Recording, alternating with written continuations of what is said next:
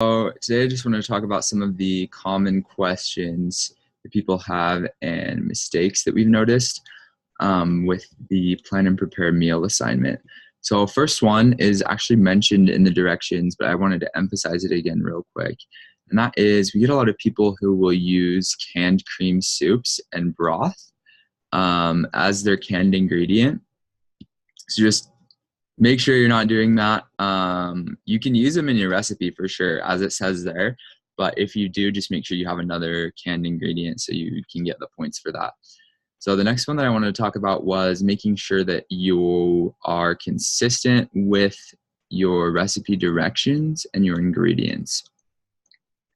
So for example, sometimes we'll see students who will have a food listed in their directions, but it's not listed in their ingredients.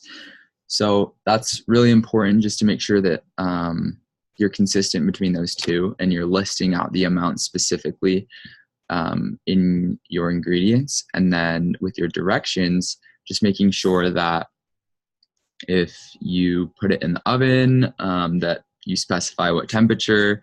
If you sauteed vegetables or whatever, giving like a general time.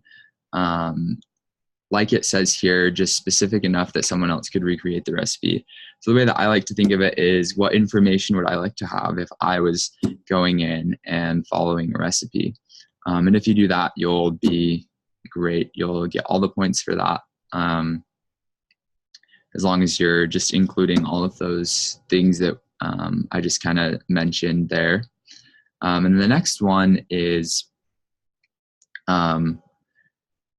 on actually 6, 7, and 8, making sure that you use the amounts that was in your whole meal and not just what you ate. So if you cooked for your whole ward or your family or whatever, making sure that you include that total amount and not, again, just what you ate. And then I'd say this section right here is where the majority of students tend to struggle the most. And it's just a lot of it has to do with your equivalents and making sure that you know them and have them memorized. You should be pretty familiar with figure 2-5 in the book by now. And if you happen to forget one of them or are unsure, that's definitely a great resource to check and double check and making sure that you have your values correct. But again, I think this is definitely the section where people tend to struggle the most. So use figure 2-5. If you're still unsure about a food, ask your TA or professor and they'll be happy to help you out. So hopefully that helped out a little bit. Again, if you have questions, stop by the TA office and we'd love to help you. But good luck with your assignment, and thank